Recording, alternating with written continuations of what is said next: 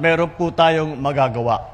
Imbis na bumaha tuwing tag-ulan, ang gagawin natin ay iipunin natin ang tubig para mapakinabangan sa panahon ng tagtuyot. Ang pinakamasibag talaga na public servant ay ang ating mga guro. Dahil bukod sa inyong trabaho sa eskwelahan, na inaalalayan, inaalagaan, tinuturuan ng ating mga kabataan, na napakahalagang trabaho, lahat ng ibang trabaho, kailangan din kayo ang gagawa.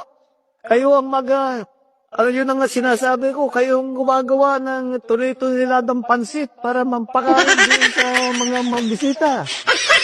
Dapat siguro walang tulugan dahil alam naman natin, ang daming mga nangyayari habang tayo natutulog. Mga ngiti, makita, maya yung ama, kayo ay mag-alamano. I talk to my where the